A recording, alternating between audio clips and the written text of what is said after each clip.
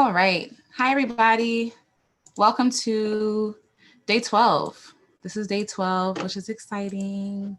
I have 2 more days of this, and I'm excited to share today with you guys. So, we've been talking about a lot of things.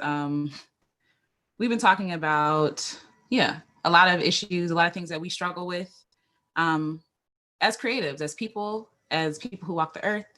And one of the things I want to talk about today is comparison. It's something that I struggle with. I know it's something that a lot of other people struggle with as well. Just feeling like you're not good enough. And comparison is not necessarily a bad thing. Like, I feel like sometimes it's good to have a marker of where we want to be and to be able to see that in other people and then to wish it for ourselves and, do the work to get there. But if not like done properly and healthily, like comparison can destroy us. It can be so detrimental to our well-being, to our spiritual well-being, our physical well-being, and also just like our mental well-being.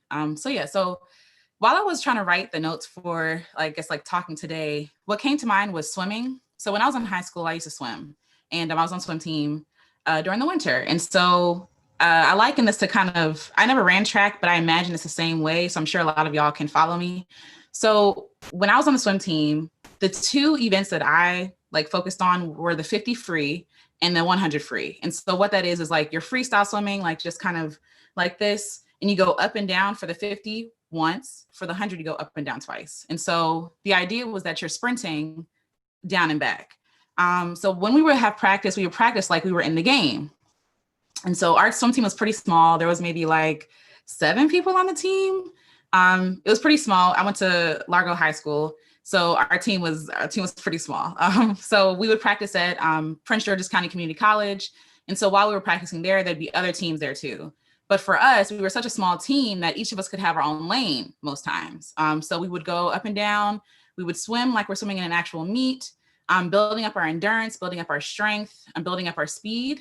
And so while we're there, we didn't really have any time to really focus on anybody else. You know what I'm saying? Like, it was just ourselves, and we each did our own event. So it's not like, there were 3 of us in the 50 free. Like, maybe there might've been 2, but then somebody else might've done something else, like the breaststroke or something else. So the whole point is we would have our own focuses for each practice. And so, we did the best with what we could. We weren't out here, being Olympians and stuff like that, but it was fun. So like I said, when we were practicing, we each had to focus on our own lane. No one else is in your lane for your event. It's just you, right? So keep that in mind. So, but then when we would go to the meets, it'd be a totally different story. So our meets would be held on Saturdays. I don't know why, but it would be held on Saturdays. And so all the county's teams would come together, or parts of the county would come together. So maybe like Southern Maryland, and then Southern PG County, and then like mid PG County, and then like Northern PG County. However they decided to break that up, it was really intimidating because in practice, we would only be practicing with like 7 people, right?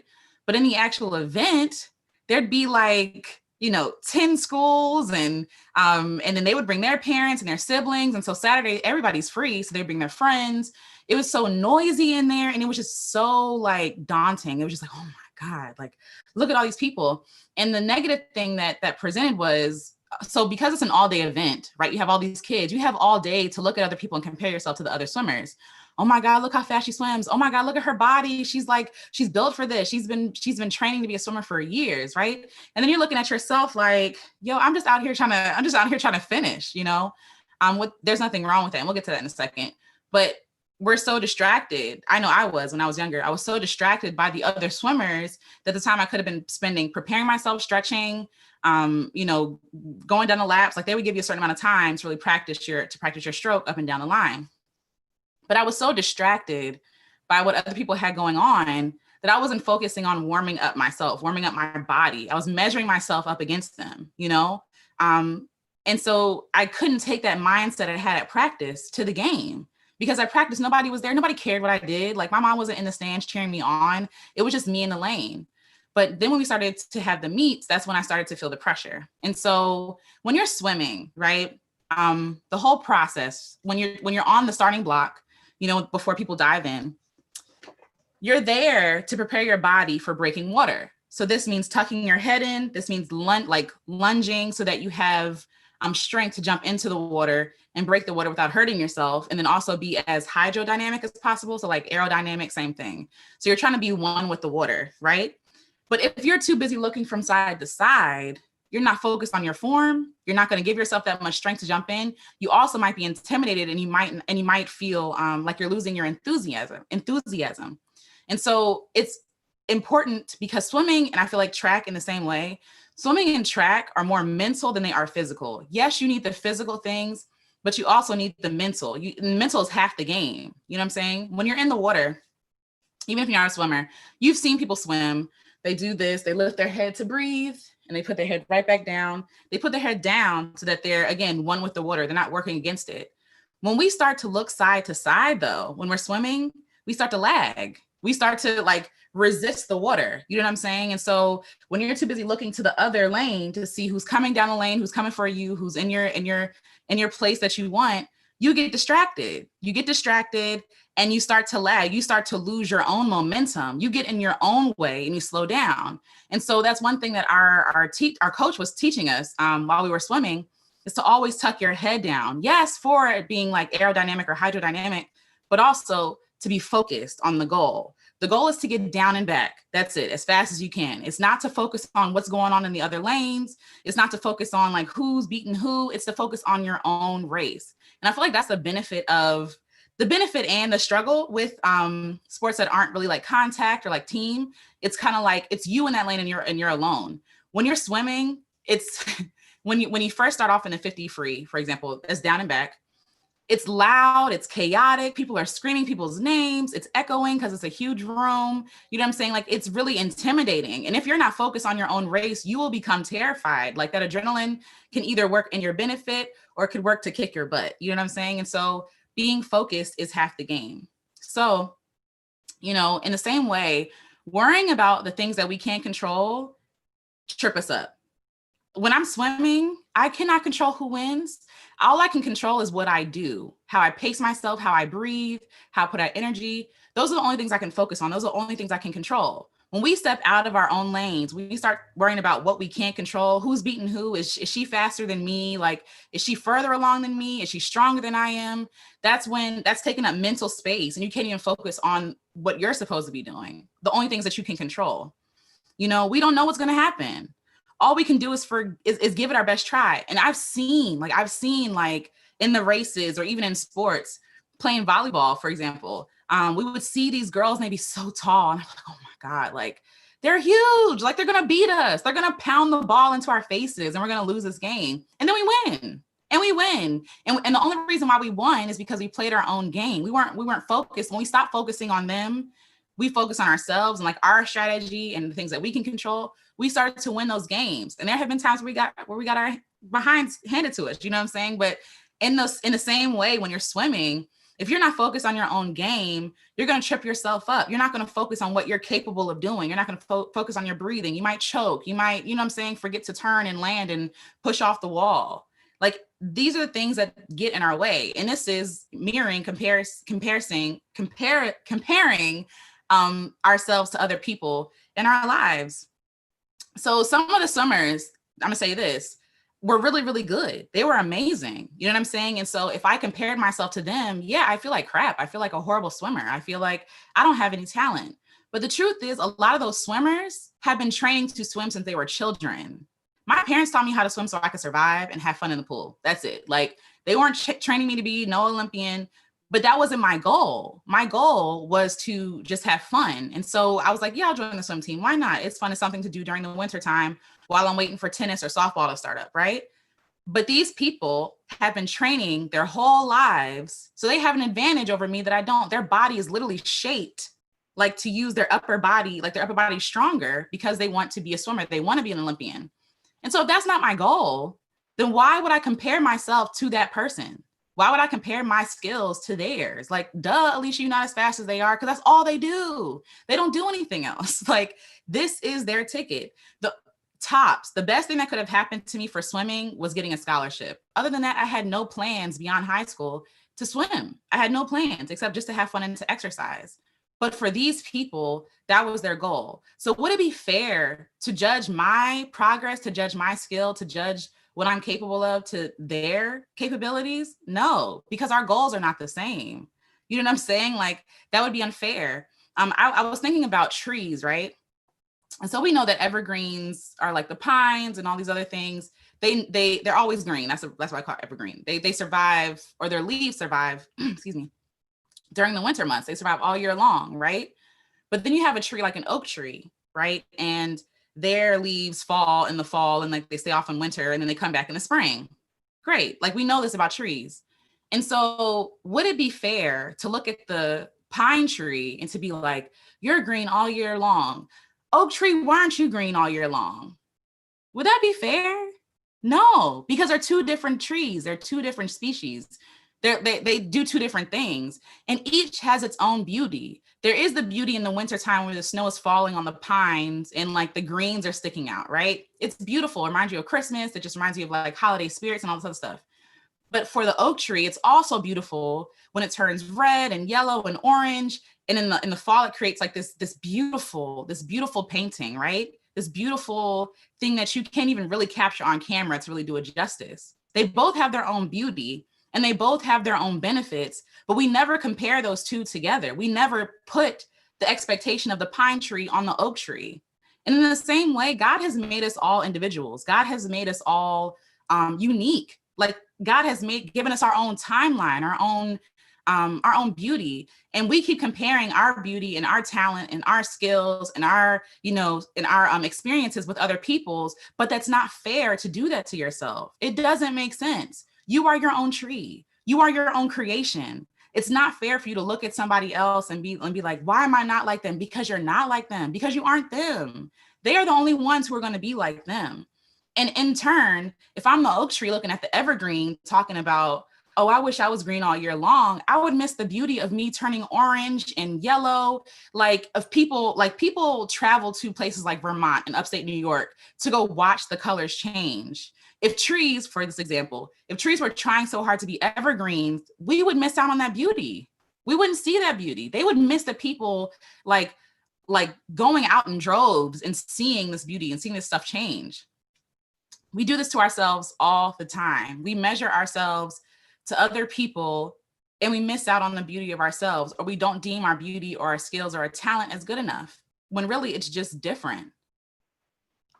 If we're too busy looking at other people, like I said, we're going to be distracted from our own route. We're going to be distracted from our own plan. There have been so many times when I'm like, I want to do this, right? This is something I want to do. I want to take this on. And then I see someone else doing that thing. So say I want to sing.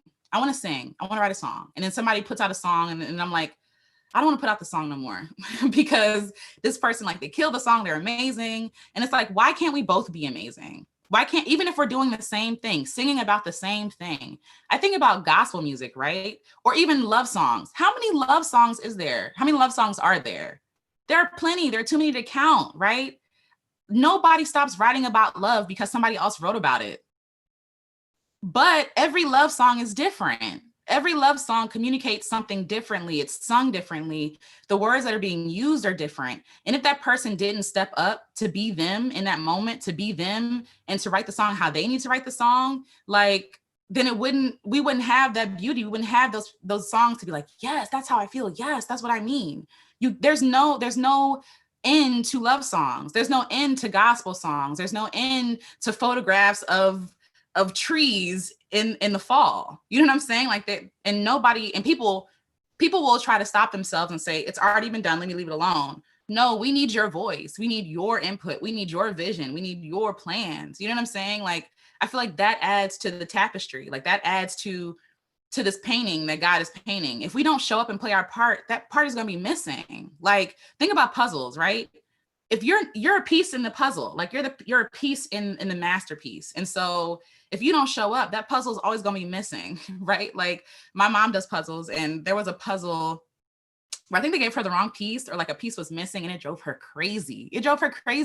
And in the same way, I feel like, God, yes, but also to the world, it's like something is missing. Like, we need you to play your part, even if you are the same color as a different piece. You're still shaped differently. You're shaped differently. You're needed to complete the puzzle. That's what I'm trying to say.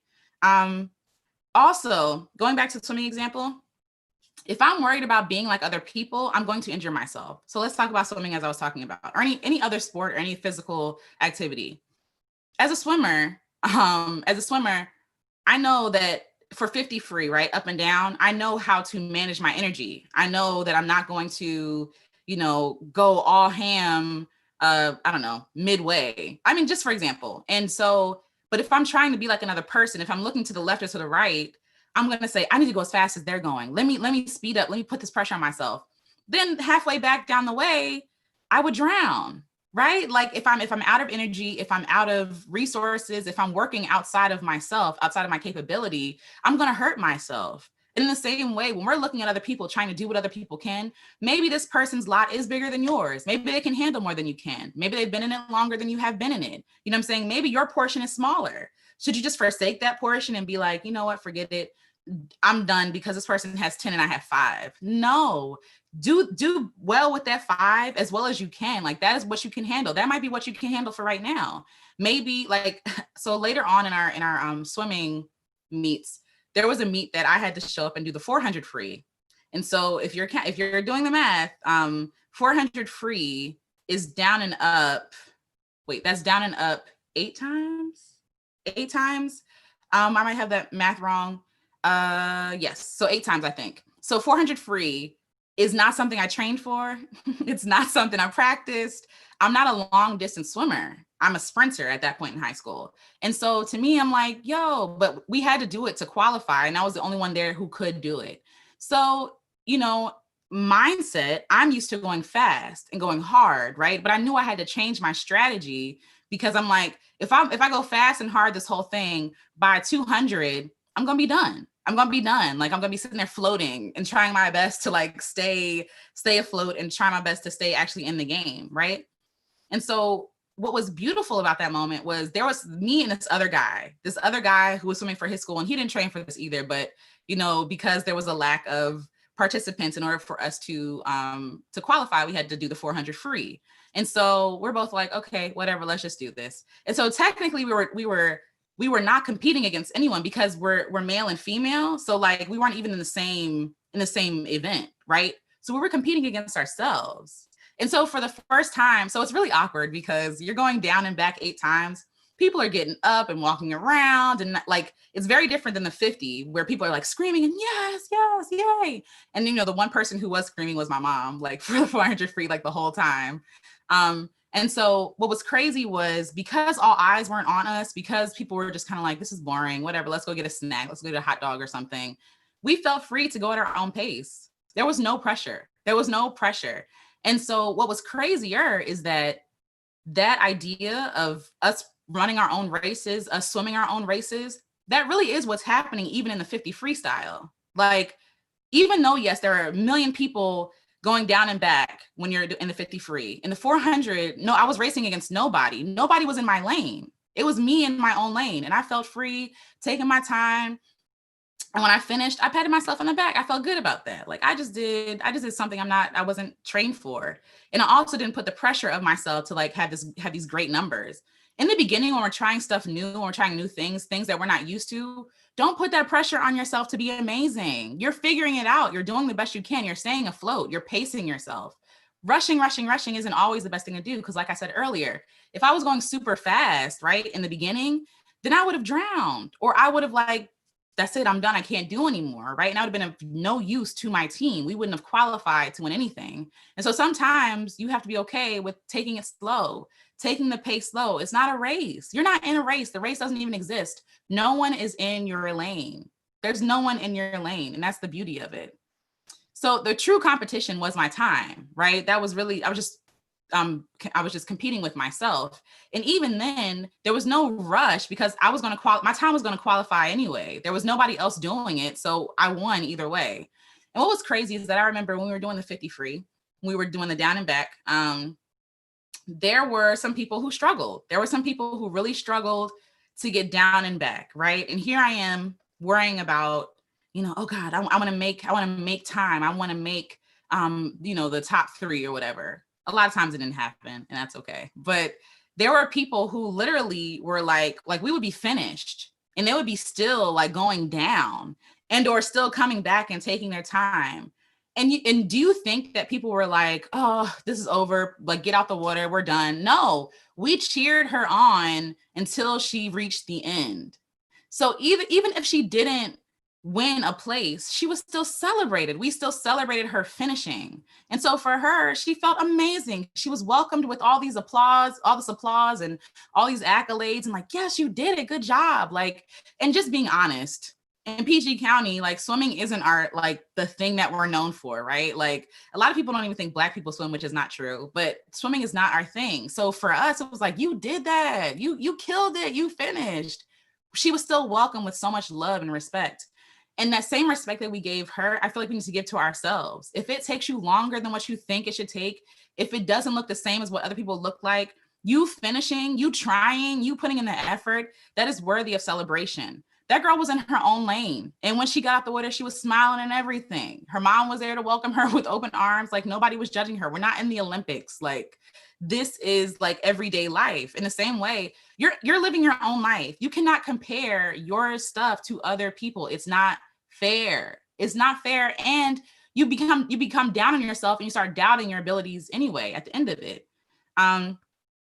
So yeah, so like it's comparing yourself to other people. It's like this, I get it. We want to be accepted. We want to be loved. We want to be appreciated and respected.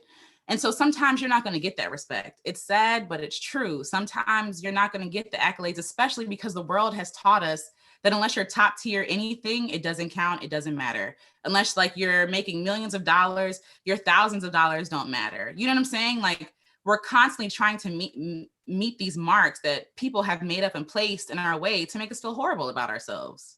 Like look at commercials that they sell stuff using comparison. Your life sucks. You know what you need? This product here. Like that's how they talk to us. That's what commercials are saying.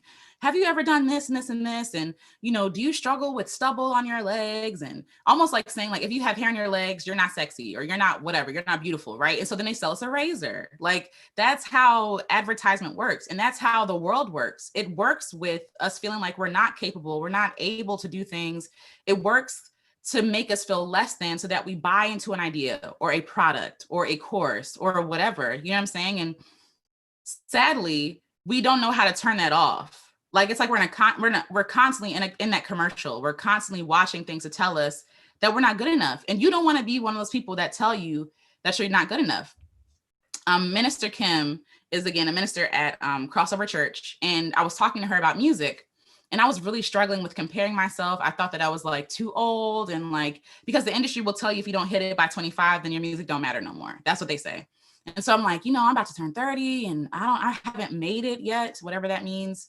And she told me to put on my blinders. And I mentioned this before, and putting on your blinders means literally going like this. When you're swimming in the lane and swimming or running or whatever, you're running your own race. What's happening over here and what's happening over here does not matter. You're in your own race. If it takes you longer, it takes you longer. But this is the thing, what's crazy is you don't even know what's slow until you compare yourself to other people, right? When you're running and it's just by yourself, you'll be like, oh my gosh, I did that. That was amazing. Like I ran. And then it's not until you get into the competition and you see that people are 10 times faster than you that you start to feel slow, right? If we're never looking at other people, if we're never judging our worth and our abilities on other people, we'll think we're amazing. We're like not amazing to be like flawless, but we'll think we're capable. We'll think we're doing the best that we can, and we're content. We're content with who we are and what we're doing.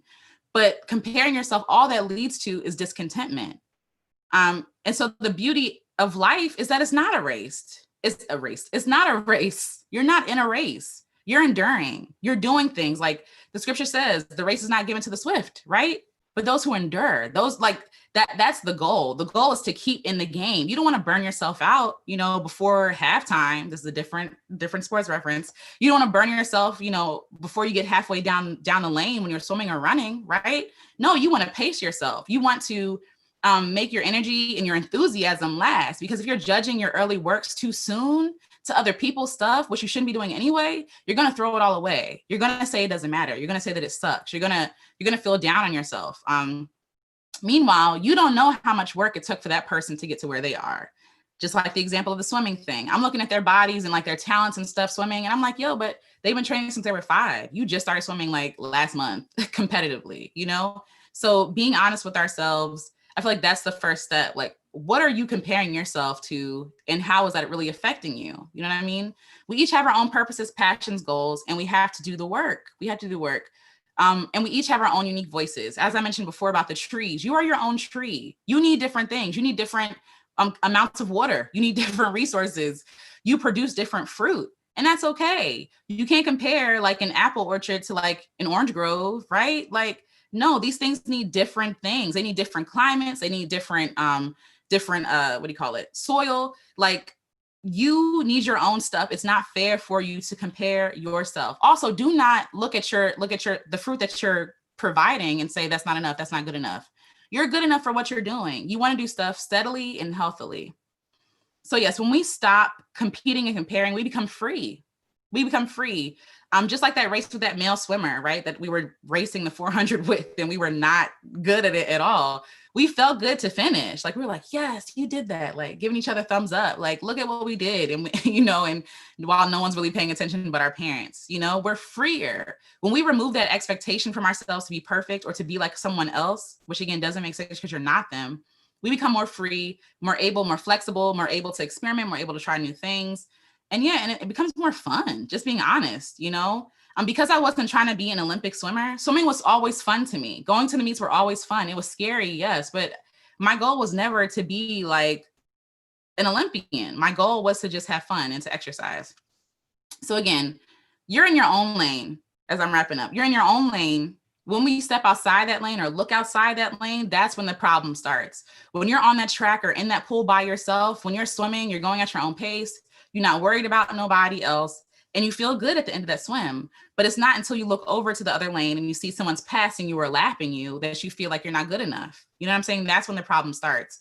And staying in your lane, you can do things today to help you stay in your lane. If you need to take a break from social media, sometimes, I don't know what it is, but like, even I was talking to one of my friends yesterday.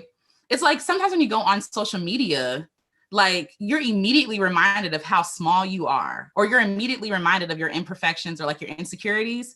And, or like when you have an idea, it'll come up and it's like, well, dang, they're already doing this. So what's the point of doing it? Right. Like we have all experienced that feeling in some way. Like, what's the point of doing it? And sometimes it's good just to turn that noise off, get off of social media, find people that you're safe, that you feel safe with, that you can share your ideas and be honest with, who can provide support, resources, constructive criticism. This is how you stay in your own lane, staying true to your mission and your goal.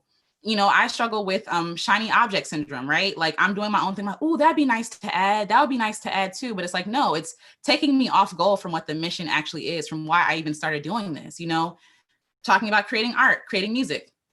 My goal is not to win a Grammy. If that happens, that's awesome. But when I start comparing my music to other people's music who are winning Grammys, I'm like, oh, well, I have to win a Grammy now so that I'm successful. When that's not even what I want to do, right? But comparing yourself to other people will throw you off every time.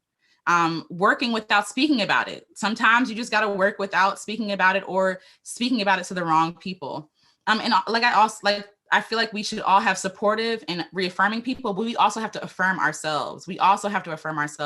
Write down that goal that you have. Write down the thing that you want to try. Write down why you want to try it. Write down the mission of it. You know what I'm saying? So you can stay true to yourself, true to your vision. And so that you're not really, if someone else is doing something else, it's not going to bother you that much because it's like, oh, well, that's not what I'm trying to do anyway. You know what I'm saying? So yes, I know this was a lot. I was trying to pack a lot into today's talk. And hopefully later on I can like expound on it and really explain deeper, but I'm hoping that you still got something out of this. I'm hoping that you're challenged to not compare yourself to other people, or to notice when you do start to comparing yourself to other people and how you can prevent that from happening. And then also using truth, right? Truth to reaffirm why you matter, why you're still significant, why even if you're in last place, you finishing the race is more important than you wearing yourself out and enjoying yourself. You know what I mean? Or being like somebody else. And also, you're your own person. Celebrate your uniqueness. Celebrate what makes you you, because God fashioned you together, like knitted you together in your mother's womb for you to be you, not you to be this person or that person. Be yourself. Okay. So I think that's all I have for today. If you enjoyed this, let me know. And until tomorrow, we got 2 more days, and I'll talk to y'all later. Okay.